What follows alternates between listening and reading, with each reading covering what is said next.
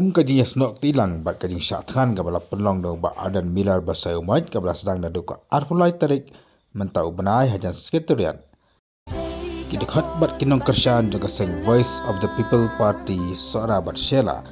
Kila khat ya kejelang lan ka je kedulang jong baro kinong song jaga than Suara bat Sheila kabanong haka arfulai tarik mai jemang arja arfulai haka por khatwi bidim step haing dorbar jaga snong sai sopan.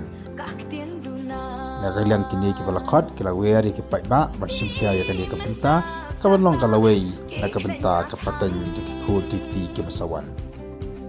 Ya kani ka jarang khat overu de kino kersan bagi khat ka VP Suara bat Sheila. Kibala soi ya kani ka jing khat jaga jalan kilong samla pi pengrup khat jaga Voice of the People Party Suara ba John W Thaba khat jaga Voice of the People Party Suara ba ikong Ishabong. Ini khat jaga VPP Suara.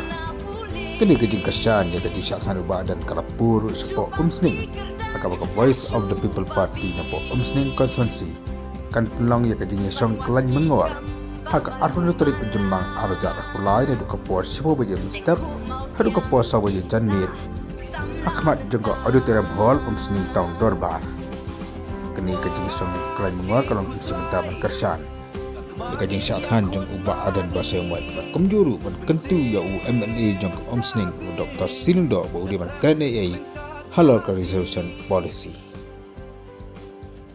Ya kini kejadian yang kelai mengolah kat doba hoket siem, barak bon makri, kong janet siem bat ubah kenjok rantong.